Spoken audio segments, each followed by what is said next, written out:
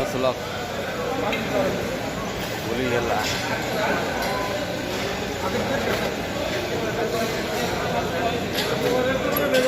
كم جاب؟ 8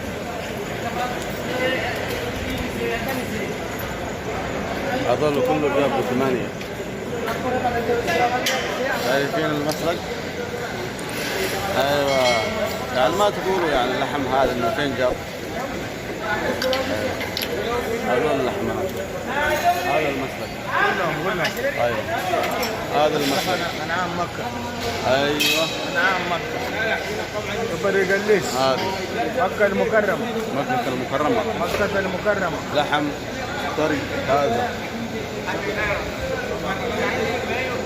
وانا ابدي عن انا كنت ما نهاية الياقات 7 ونص ما نهاية الياقات 7 ونص خلاص كله سوى هنا ممنوع اصلا ممنوع تخش هنا دول تمام ولا ليه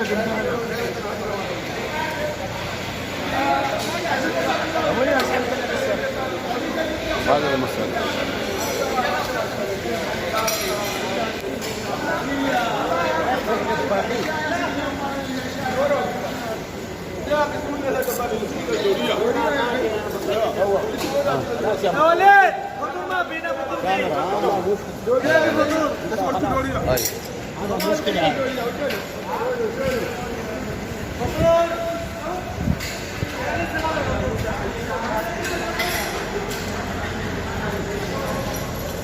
وكان في البحر نعم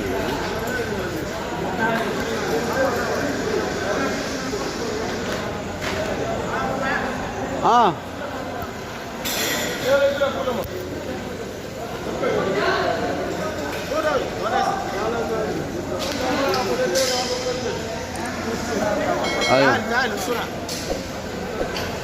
خلينا نكسب الوقت وش رايح مكان؟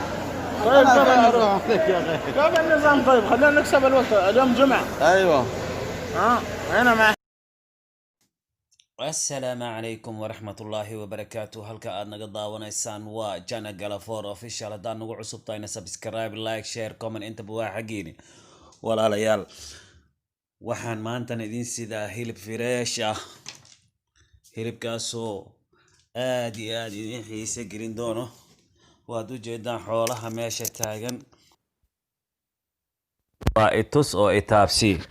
haddaba xoolihii waa kuwaasa, masnacoodana waad aragteen oo lagu qalayo xoolaha.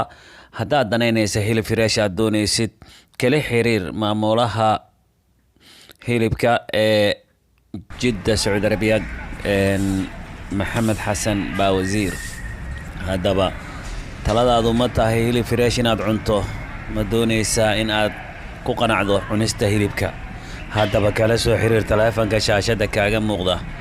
waxaana ku taalaa xeela jaamaca kasoo horjeedka xawaalada Taaj.